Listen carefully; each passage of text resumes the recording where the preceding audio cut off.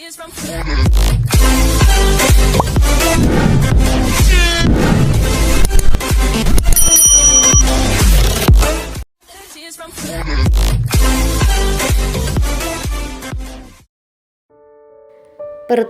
perasaan dan logika. Hanya satu kata itu yang terus diulang oleh Nada. Tapi Radit tidak bosan-bosan untuk menjawab setiap kata itu dengan jawaban yang memanjakan telinga dan menyejukkan hati. Aku sangat bersyukur kau bisa menyebut namaku Nada. Setidaknya kau sudah menunjukkan perkembangan pasca traumamu. Semoga semua ini tidak akan berlangsung lama. Aku akan menemanimu supaya kau cepat kembali pulih seperti sebelum kejadian ini. Radit bersyukur di dalam hatinya sambil terus mendekap Nada dengan erat dan menjawab semua panggilan namanya. Perjalanan malam hari lebih cepat daripada siang hari. Kemacetan lalu lintas tidak sepanjang siang hari. Setelah beberapa kali Nada memanggil nama Radit, akhirnya Nada bisa tidur dalam dekapan Radit. Mereka sampai di rumah sakit kurang lebih 30 menit setelah Nada tertidur. Radit mendapatkan penjelasan dari dokter terkait kondisi Nada sekarang. Kondisi ini umum dialami seseorang yang mengalami ketakutan menghadapi suatu kejadian, hingga mengganggu kondisi mentalnya. Apa istri saya akan kembali sehat, dokter? Dokter mengangguk. Kemungkinan cukup besar untuk kembali pulih. Teruslah ingatkan padanya hal-hal yang menyenangkan dalam hidupnya. Saat Bapak pertama kali bertemu dengannya, saat Bapak menikahinya, saat Bapak pertama kali bercinta dengannya, saat Bapak pergi honeymoon dengannya, atau saat Ibu pertama kali memberitahu Bapak tentang kehamilannya. Semua hal menyenangkan pasti akan membuatnya bahagia. Ingatkanlah hal itu padanya. Apa Bapak paham? Dokter tersenyum sambil menatap wajah Radit, memastikan bahwa tidak ada penjelasannya yang tidak dimengerti oleh Radit. Saat pertama kali bertemu dengannya, aku memaksanya melakukan hubungan dan merenggut keperawanannya dengan sangat kasar. Saat aku menikahinya, itu hanyalah nikah kontrak karena aku ingin meminjam rahimnya untuk menyimpan benihku. Saat pertama kali bercinta dengannya, aku juga memaksakan milikku masuk tanpa ada permulaan lebih dulu, dan kurang dari 5 menit aku sudah mengeluarkan isi benihku padanya. Saat honeymoon, aku tidak tahu yang mana yang honeymoon. Kalau pas di puncak itu adalah honeymoon kami, maka di sana aku menyiksanya di dalam gudang. Kalau honeymoon kami adalah di Bali, maka saat itu aku menyakitinya dengan selalu pergi bersama Viola, hingga dia akhirnya pergi bersama mantan kekasihnya. Saat dia pertama kali menceritakan tentang kehamilannya, itu di pinggir kolam, di mana aku baru saja hampir membunuh istriku dan anak dalam kandungannya. Jadi yang mana kenangan bahagia yang bisa aku ceritakan padanya? Radit dalam dilema, jadi tak tahu apa yang harus diceritakan pada Nada, karena semua pengalaman bersama Nada seperti yang dokter katakan, adalah pengalaman yang menyedihkan dan buruk untuk Nada. Saat ini Radit hanya menatap wajah dokter tanpa ekspresi. Apa Bapak paham penjelasan saya tadi? Dokter sampai mengulangi pertanyaan untuk memastikan bahwa tidak ada yang terlewat oleh Radit. Radit hanya mengangguk menunjukkan bahwa dirinya telah paham tentang apa yang tadi dikatakan oleh dokter. Walaupun sebetulnya tidak ada satupun kenangan yang disebutkan dokter tadi yang akan diceritakan oleh Radit.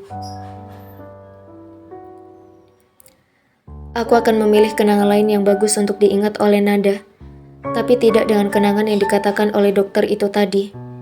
Gumam Radit setelah Radit keluar dari ruangan dokter. Radit melangkah menuju ke ruang perawatan Nada. Hatinya sangat khawatir apabila Nada bangun tidak mendapati Radit di sisinya.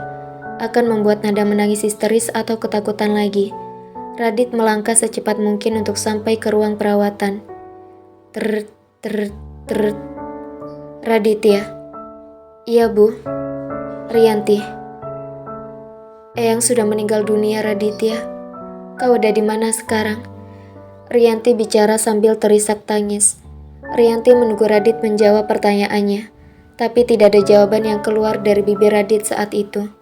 Radit hanya diam 1000 bahasa dan langkah kakinya pun terhenti saat ini, di mana dia berdiri. Rianti. Radit, sekarang kamu ada di mana? Ibu sendirian di sini. Tolong bantu Pak Warsono untuk mengurus semuanya. Ayahmu baru akan sampai ke sini besok pagi paling cepat. dan pemakaman akan dilangsungkan besok siang.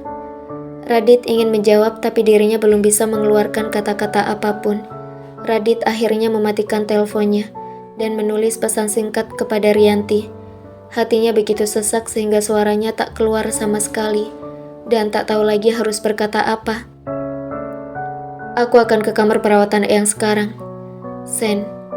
Dengan berat hati, Radit akhirnya melangkah menuju ke kamar perawatan Eyang yang ada di rumah sakit yang sama di mana Nada dirawat. Oh Tuhan, kenapa kau lakukan ini padaku? Di saat kondisi istriku sedang sakit seperti sekarang, dan aku harus berada bersamanya. Aku pun harus kehilangan Eyang. Apa yang harus aku lakukan, Tuhan? Nada akan sangat panik kalau saat bangun aku tidak ada di sisinya. Sedangkan ibuku akan sangat panik kalau aku tidak ada di sampingnya. Karena saat ini hanya akulah keluarga yang paling dekat dengannya. Aku pun tidak mungkin apabila tidak ikut menghadiri pemakaman Eyang. Eyang adalah laki-laki yang selalu ada di sisiku saat aku sangat membutuhkan kasih sayang ketika kecil dulu. Bahkan Eyang adalah laki-laki yang selalu memperhatikanku, hingga aku dewasa seperti sekarang. Kasih sayangnya tidak ada henti untukku, walaupun aku tidak pernah menggubris kedatangannya setiap kali dia menginap di rumah kami. Saat aku masih menikah dengan Viola, tapi Eyang selalu menyempatkan diri untuk menginap hanya untuk memastikan aku makan dengan benar, tidur dengan benar, dan tidak kekurangan satu apapun di rumahku. Radit melangkah ke kamar Eyang dengan mata yang sembab, dan air mata yang terus mengalir. Radit bahkan tidak peduli orang mau menilainya apa, karena Radit sudah tidak bisa membendung air matanya saat ini. Tuan muda, Nyonya muda menangis terus mencari Anda.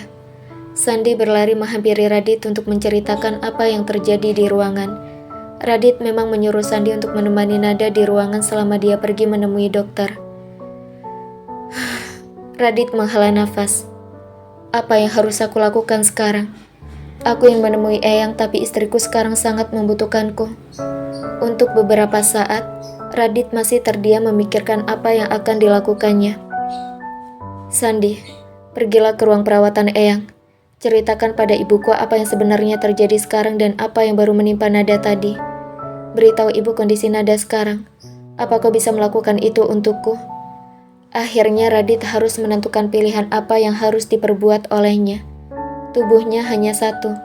Radit sekarang harus memilih mana yang harus diprioritaskan. Setelah mendapatkan jawaban dari Sandi, Radit langsung menuju ke kamar Nada. Saat ini Nada berada sendirian di kamarnya. Tentu saja kondisinya semakin panik. Klek. Dan Nada, tenanglah, aku ada di sini.